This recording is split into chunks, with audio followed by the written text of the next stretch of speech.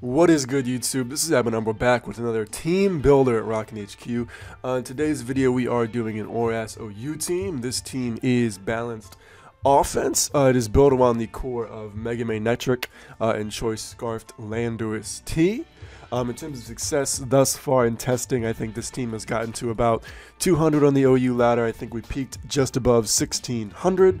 I will also mention that this team is in its entire format. I also published an article on this team on the Smogon ORAS Wait My Team forum. So if you want to see all this in text format, kind of go through it at your own pace, there will be a link to that in the description, as well as a link to the importable of this team so you can use it in your own showdown. Feel free to leave comments either on that article or here, whatever suits you best. And please do leave your feedback. I hope that this video can make you all better team builders and make me a better team builder through your feedback. So without further ado, I want to go ahead and get right into this team. So, as I mentioned, this team is built around M-Manectric and Landorus-T. These two, this is a very well documented, very successful offensive core, especially in X and Y. Using it in ORAS, there are a couple of things that have changed. One of the biggest things is just that we've seen an incredible rise in Defiant users. So Bisharp and Mixed Thunderous could definitely pose a problem because we are wanting dual Intimidate in addition to having this this Vault Turn momentum getting core. So the first Mon that I actually added to the team after M-Manectric and Landorus was actually Skarmory. On the forums, I saw people using Cobalion for this role to deal with Bisharp. Cobalion obviously has the fighting steel type, so it resists both of Bisharp's stabs, has justified, can fire back at close combat, but I didn't like how weak that was going to make the team to Earthquake, so I decided to use Skarmory as a secondary dodge Earthquake instead. Skarmory's defensive bulk, we are wanting a max defense Skarmory. It is insanely bulky. With a Rocky Helmet, it also can rack up residual damage. Counter's an option, Whirlwind is an option, but in extensive testing and laddering, I've found no complaints in wanting Skarmory as my Bisharp check. Then on the forums, I actually found someone who was using the same three pokes as M-Manectric, Heatran, and Skarmory. And they also added as a defensive core Celebi and Heatran. Now this really excited me because a lot of you long-term viewers will remember the offensive Heatran that I used to run, the Choice Specs Heatran, which I absolutely adored. Choice Specs Heatran in OU. I think it's great as a lure and a breaker because people just do not expect Heatran to be offensive. They don't expect you to have Flamethrower. They don't expect you to be able to do as much damage as you can do. We get a lot of surprise kills because people switch in something and it gets 2-hit KO'd. So I love Specs Heatran. Decided to update it for this team. Then Celebi is really cool because obviously grass coverage is great in the meta right now. And Celebi actually can run Baton Pass, and this is to outspeed Bisharp and Baton Pass away from their pursuit, Sucker Punch, or Knockoff.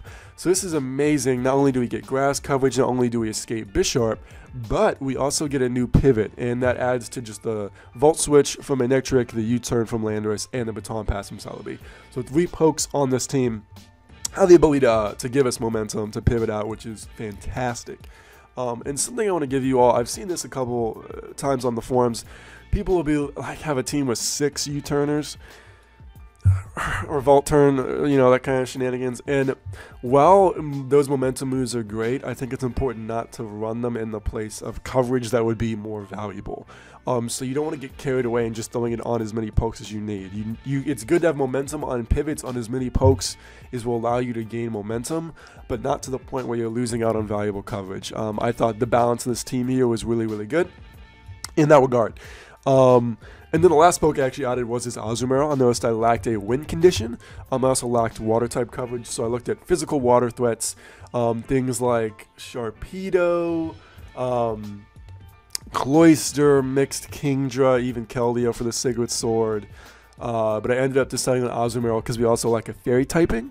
And with the Belly Drum set, the Citrus Berry actually allows us to have some defensive functionality as well. So say that I don't foresee an Azumarill sweep because of someone's team, I can come in, live a hit, get my Citrus Berry boost, and just attack them with like a Play Rough or a Knockoff.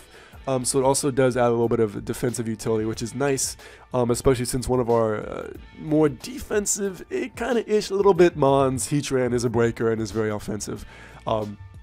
So added some nice balance to the team in a lot of ways, and I will say that Azumarill has been an absolute monster of this team. This thing is swept teams very, very easily. The breakers in Heatran and then M-Manectric and Landorus do a great job of sort of allowing me to get rid of threats that would stop an Azumarill sweep. So that's kind of an overview of the team. I want to go ahead now and get into the actual individual sets for all of you wonderful, beautiful Rocket people. So I'm going to start with the offensive core, M-Manectric and Landorus. So some advice I want to give you all in general is don't just blindly use a spread you find on the internet. If you see a spread, always try and figure out, why is this the spread that people are using? What does this much speed do? What does this much attack do? Ask, do calcs, figure it out. Because that just makes you a better player. It's a good, thing in life. Don't just blindly follow people. Figure something out. Because you could be the person who pioneers the brand new set for a certain poke. You never know. So with M-Manectric, I was looking, and obviously I want to point out you can use the standard 252, 252 dump if you want to. But I decided to look at how much speed do we actually need. I found with 216 speed, as you see here, we actually outspeed all of the things that Mega M-Manectric needs to without any deficits. So this includes, before we Mega Evolve, as normal M-Manectric, you will still outspeed Charizard Y, which is hugely important because we want to be able to KO upon the Mega. You will also outspeed up to plus 77s with a speed nature and +1, so a Scarf Heatran if you happen to see it. Below space, that also includes base 70s, so like Scarf Breloom, Scarf Jolly Breloom. We definitely want to be able to outspeed it and pop it with the Fire-type move. Metagross is a huge one. Metagross before Mega is base 70. Someone was wanting a Scarf Metagross for whatever reason. Or they baton pass into a Metagross, it had +1 speed, you will still outspeed Metagross. And those are some of the fastest threats I saw M-Manectric needing to outspeed. The only thing that we lose in not wanting the full 252 speed is we no longer speed tie, not outspeed, but speed tie with Mega Lopunny and other Mega M-Manectric.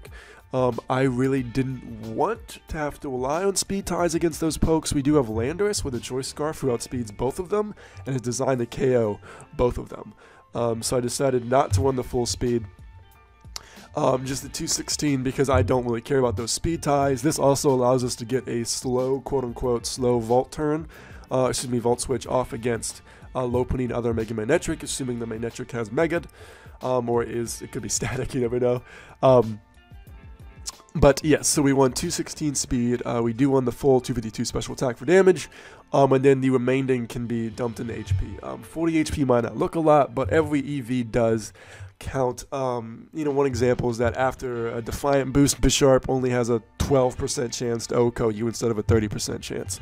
The added bulk is always good in calcs. People doing calcs, they think they can kill you, and they actually can't because you have more investment. So I've used this set the entire time I've built this team, and I've had zero regrets. Last thing I want to mention in terms of our spread is that we are timid. Modest is not viable to me for what I want this particular M-Manectric to do, because Modest, even at 252 speed, will not outspeed Charizard Y before we Mega. So Modest was a no-go. We had to do timid, and this is the spread that we won. Looking at our actual attacks, we do want Thunderbolt for the consistent, reliable, powerful stab, Volt Switch to get momentum, Empower Ice because the Bolt Beam coverage is so incredibly effective at OU. We don't have any other reliable mons that use Ice-type moves. So I did definitely want an all-M-Manectric who's fast. With a little bit of chip damage, we can OHKO things like Landorus and Garchomp, Tank Chomp, that is. So just know that you need chip damage before you can just click it and kill them. That's where rocks, hazards come in, and momentum, like you turning off on them, etc. That's a big priority typically in the game, is getting threats who are weak to HP Ice in range of M-Manectric, so getting just a tiny bit of chip damage on them. But then Overheat, I initially ran Flamethrower, but doing some calcs I found that Overheat actually does way more / gets KOs on Exegil depending on its investment, and then Mega Metagross and Ferrothorn. It does way more to all of those threats. Excuse me, and Mega Metagross being one of the biggest ones in Exegil that I was concerned about. So I have definitely not regretted using Overheat, and I do use it to hit those threats a lot harder. I've also found that you can sometimes use this on a switch, just to, if you predict on the switch but you're not sure what, it will give you a massive chunk of damage on something. Often even if they resist it. Going into our next member of the offensive core, we do have our Choice Scarf Landorus. So with this, the custom EV splits that are already on Smogon is pretty effective. Looking at this, those of you who don't know why this spread is used, the 232 lets you outspeed Mega Charizard X with one Dragon Dance up if it's adamant. I cannot tell you. I've won a couple battles purely because someone was running Adamant. I could come in and revenge kill them. If someone's running Jolly, it's a problem. I will say outright that one of the threats for this team is Jolly Jolly Charizard X. But Charizard X in general can pose some problems for this team. But it's important to know that's why we won the speed. That's the fastest thing this thing needs to outspeed with a Scarf. The rest of the speed is put in defense because you want to have... We expect to take more physical hits than anything. And then we obviously maximize attack. I should also mention the EVs, or excuse me, the HP here is odd, just like on M-Manectric. That is just to maximize how many times we can come in on Stealth Rock. Having the odd number lets us live one more Stealth Rock hit. So that's why we won the speed EVs that we do. Looking at the actual set here, we have the U-turn, obviously for momentum, Earthquake for our powerful stab coverage. Notably, we are locked in the Earthquake because of our Choice Scarf. So I typically don't go for Earthquake early game. I don't tend to click it until I see that all of their Levitators, flying types are gone. Then I won Knockoff, mainly for things like Gengar and Latios. It's actually an OHKO on them, where U-turn is not. And with the Scarf, we obviously outspeed unless they too are Scarfed. Sometimes on the Switch, it's great for crippling other Landorus who could threaten our M-Manectric or some of our other pokes. So I do want Knockoff. Which is that way in Stonehenge, because obviously rock and ground coverage is very popular on Landorus for good reason. On this team, though, I found that between M-Manectric, Heatran, Azumarill, I didn't particularly feel weak to Talonflame or Charizard Y. So I didn't actually see the need to run the Stonehenge coverage. Let me know what you think about that. I've gotten mixed responses from people. Again, I encourage you, don't just blindly do something. Don't be afraid to challenge things. Just because Landorus tends to carry Stonehenge doesn't mean I have to on this team if my team is built around it, and it lets me get a move that would surprise my opponent. People don't tend to see Knockoff, Superpower, and U-turn. So if I show one of them, my opponent often doesn't think I carry the Superpower or the Knockoff. So it can be very useful. I won Superpower just did things like Chansey even harder, Tyranitar, Mamoswine. It is my only fighting type move on the team. That's one reason I wanted to win the Superpower. Notably, this team struggles with Mega Venusaur. I'll get into that once I go through all the members. I'll get into a threat list. So Fly is actually an option too. Shout out to Admin Shade. He actually used to run Choice Scarf Landorus with Fly, mainly for threats like Venusaur. But I've found Superpower to be the most effective in my testing. Let me know what you all think, though, in the comments down below, or in your comments on the article on the Smogon forums, which, again, is linked in the description. So, moving now into the defensive core of this team, I'm going to go ahead and start with Skarmory. So, Skarmory was actually the third poke that I selected for this team, again, because Skarmory does serve as our Bisharp. Check. I would say counter, but people are going to get really antsy if I say counter. I will say that Bisharp can do very, very little to this Skarmory in my testing. We can't whirlwind it out. Counter is also an option, but this is the set I've used, and I absolutely adore it. Getting right into the EV spread, 248 HP. The odd number is especially important if Skarmory is to serve as your defogger. You notice that this particular Skarmory is not. I'll get into that in a second. He's meant to be a defensive wall, so we do just dump our 248 into defense, and then we put 12 in speed. I put 12 instead of 52.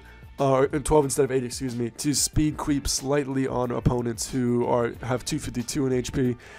Higher up on the ladder, like I currently am, this is less effective because people are typically running the correct spreads. So you could speed creep more if you want to.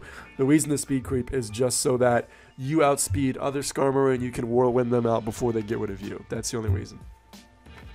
So, we even go for a Brave Bird depending on how low their HP is. I mean, that's possible, but that is our EV spread. You need to do our moves. So originally I ran Defog, but with some great feedback on the Smogon forum, I actually chose the one Spikes. You notice this team is nothing is actually weak to rocks on this team, and it can be very scary not to have Defog. Very, very scary, especially if you run into things that are like sticky web teams. I don't think I've actually encountered Sticky Web with this team yet. We do have the Landorus, obviously, who dodges it. We do have the priority with the Azumarill. We do have our own T-Wave support with Celebi as well. But I want Spikes because with Spikes and Rocks, it allows us to get enormous offensive pressure on our opponent. Often if they have Defog, we can force them to Defog. But even if they have Rapid Spin, I'm a big believer in that's a wasted turn. Not, like getting rid of hazards is bad, but it forces your opponent to do something, and you can use that turn to really get even more momentum back.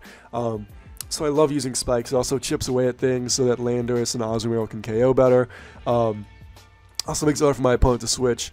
So I do play hazards very, very aggressively with this team. I try to stop my opponent's hazard setters and try and get up as many as I can. I have gotten 3 layers of spikes and rocks up in a game before, in several games in fact. So we do want spikes for the offensive pressure.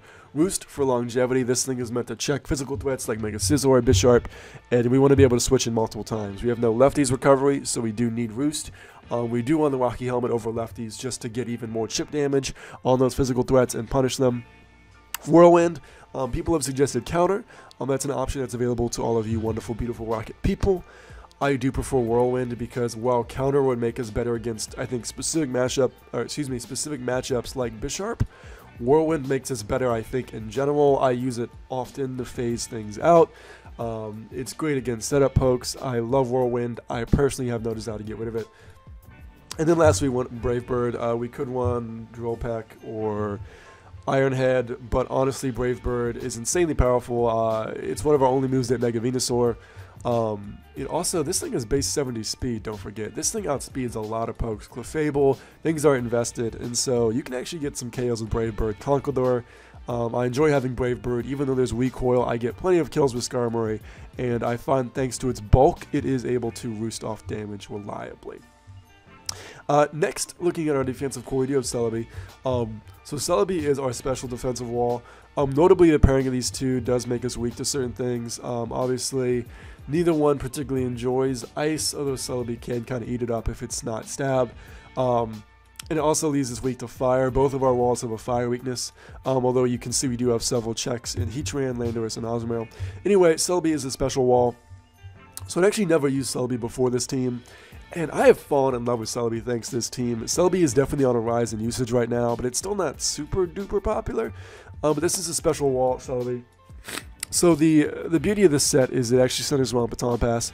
Looking at our EVs, we actually won 108 speed with a calm nature. So we don't have a speed nature, but with 108 speed, we can actually guarantee outspeed non-Scarf Bisharp, which allows us to Baton Pass out on their Pursuit, Knock Off, or Sucker Punch, and go in the Skarmory. So it's huge, not only that it allows us to escape Bisharp, it also is great just to scout. Whenever we want to switch out, we can click Baton Pass if we're faster than our opponent, which we often are thanks to T-Wave, and see, do they want to switch out or do we want to switch into something? So again, Celebi is a great pivot, gives us great momentum. I want it specifically also because Latios and Keldeo, who are very common, this is our answer to those. It can switch in, it can cripple them, set up rocks. I adore Celebi. Some people have suggested not running rocks on Celebi. I love rocks on Celebi because of its ability to serve as a pivot. It's very, very easy for me to get a switch into Celebi early game and either throw up rocks or throw up a T-Wave. Giga Drain is one over Psychic just for added lefties because we no longer want Recover. We got rid of Recover for T-Wave just to get more HP back. And Water Coverage is obviously great for things like Rotom, other Azumarills. It's just good to have.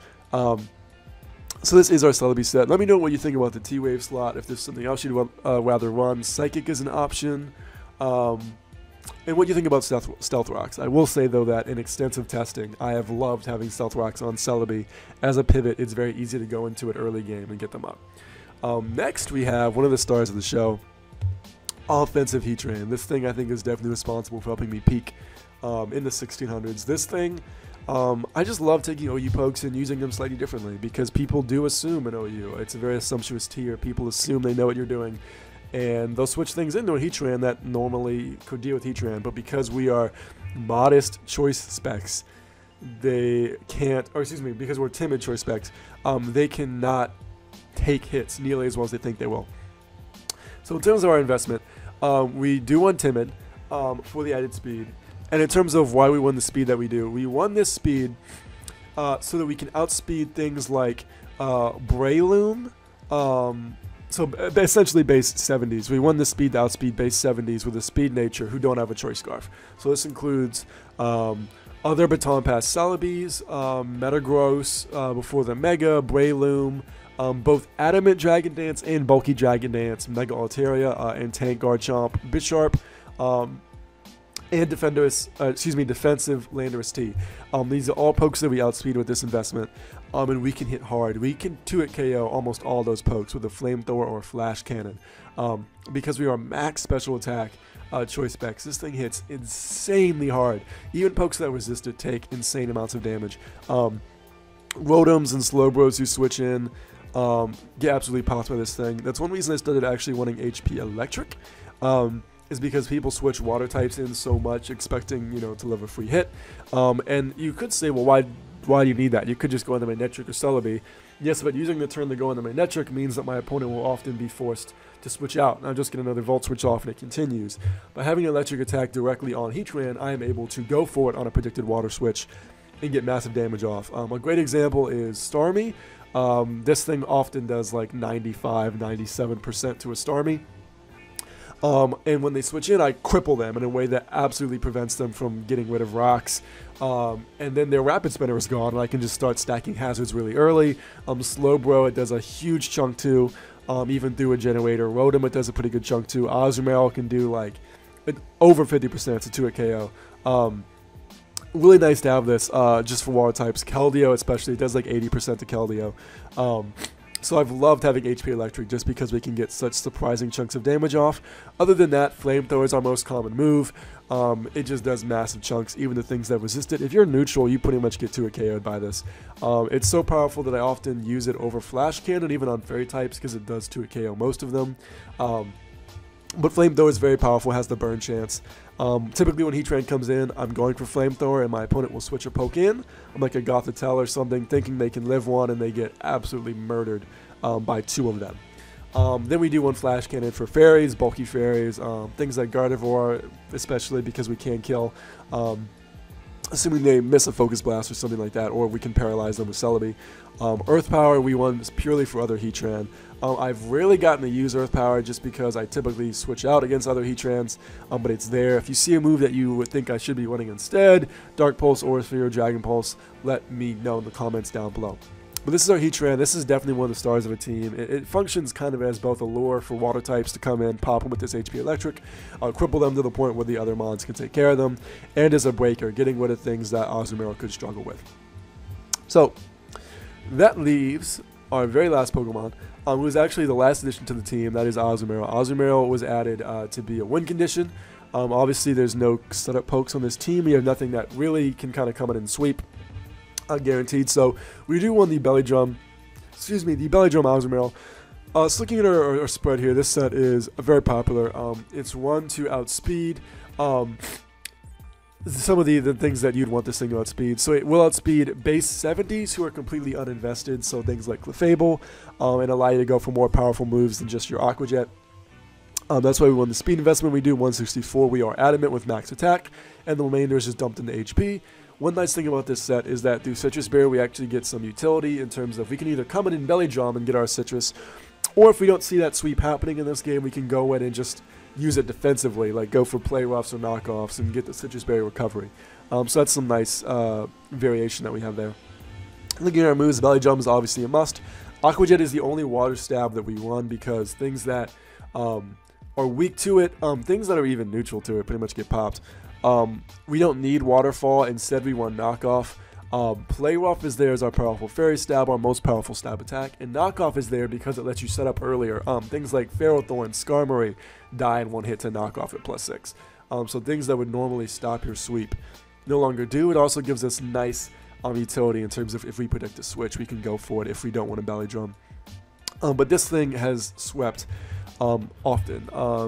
Sometimes I'll even do things like I saw a team was particularly weak to it, and I predicted them to lead with their Mega Diancie and protected Mega Evolve, and I went right for Azumarill Belly Drum first turn and 6-0'd. But usually I don't do that. Typically this comes in late game and sweeps. I look for things that I can set up on, and I go for it with Hazards up, with my Breaker, with Landorus and M-Manectric to wear teams down. Often the goal is to try and actually let Azumarill get a sweep in.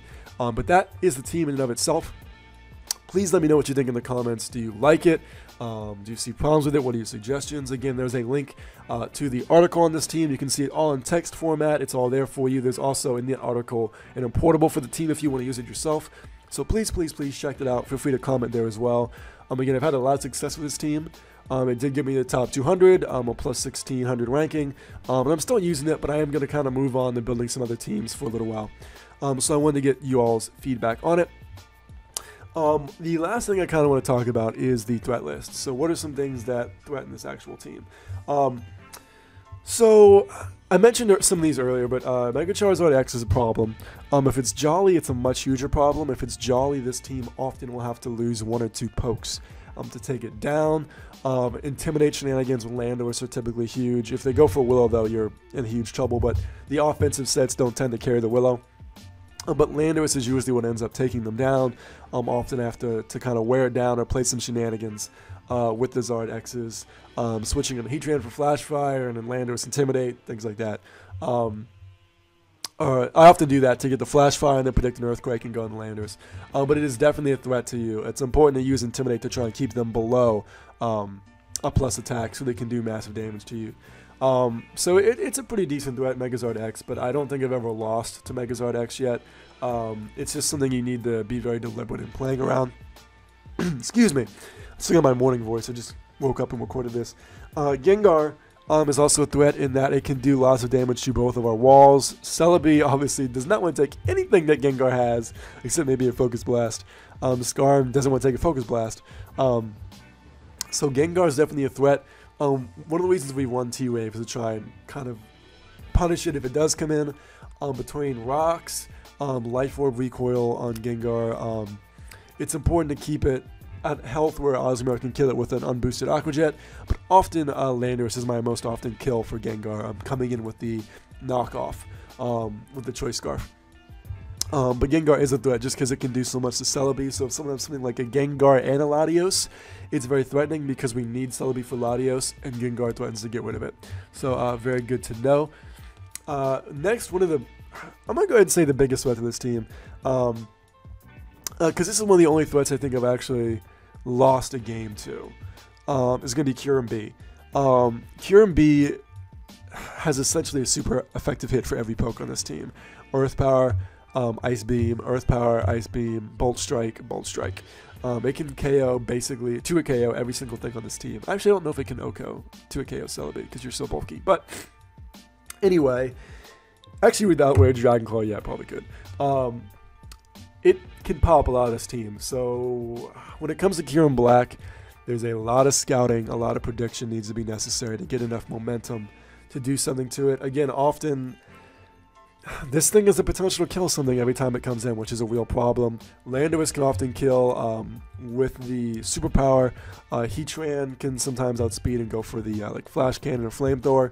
M-Manectric has the overheat. M-Manectric has Ozma has the play rough.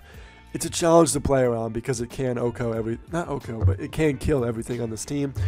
So definitely something to be aware of. People have suggested changing things like getting rid of Ozma to be a Keldeo to have a check. But my biggest issue is I don't want to make the team weaker in general matchups just to make it stronger in one specific matchup. I think that this team is very, very strong. It does have a noticeable Kyurem B weakness, but it can be played around, and I'd rather stay weak to that one threat and have a really good matchup against the majority of the metagame. Talonflame, I want to mention just as a threat.